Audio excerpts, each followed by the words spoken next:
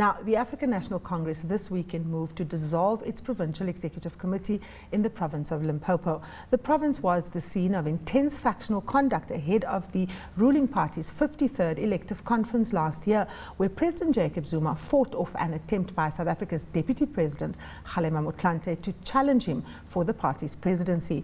A provincial general council will be convened in Limpopo on March 24th, where a new provincial task team will be announced. Asked if this was a precursor to removing the Limpopo Premier from the government, ANC Secretary General Gwede Mantashe said the action was aimed at the ruling party and not its government. The PEC is elected in the inner conference of the ANC. And it is that PEC is not the government in Limpopo. So when we dissolve a PEC, we don't dissolve government.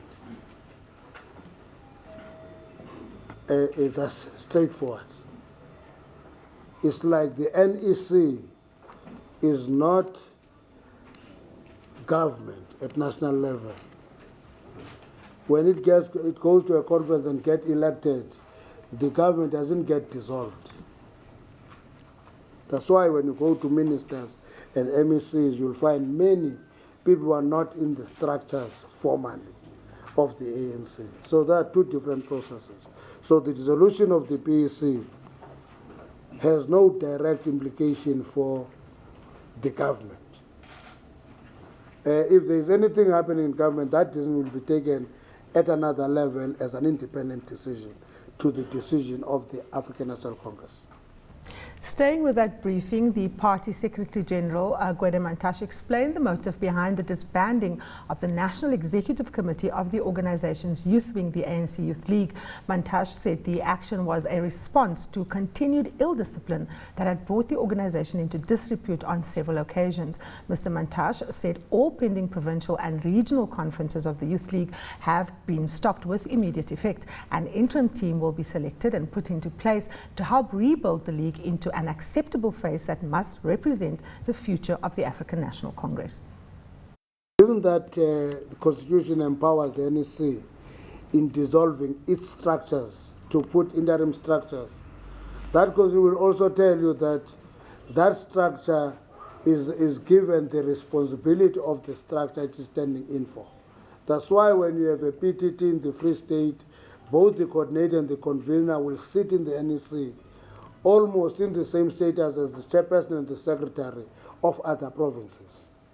So once we put the task team in the Youth League, that task team, it will be called the entity of the ANC Youth League, will take over the responsibility of the NEC of the Youth League. That's how it works.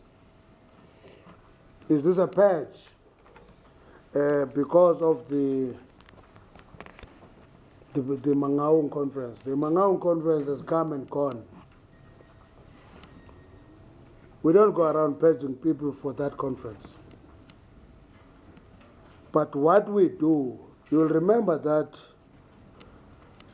in the conference itself, the status of the Youth League was discussed in detail. And a particular instruction was given to the NEC to deal with that situation. So if the purge, then is the purge by the conference. If it's a patch at all. But what is important is that one of the risks that happen when you are coming from a conference is that you can be flat-footed and basically do nothing when things go wrong because you fear that you'll be seen as patching.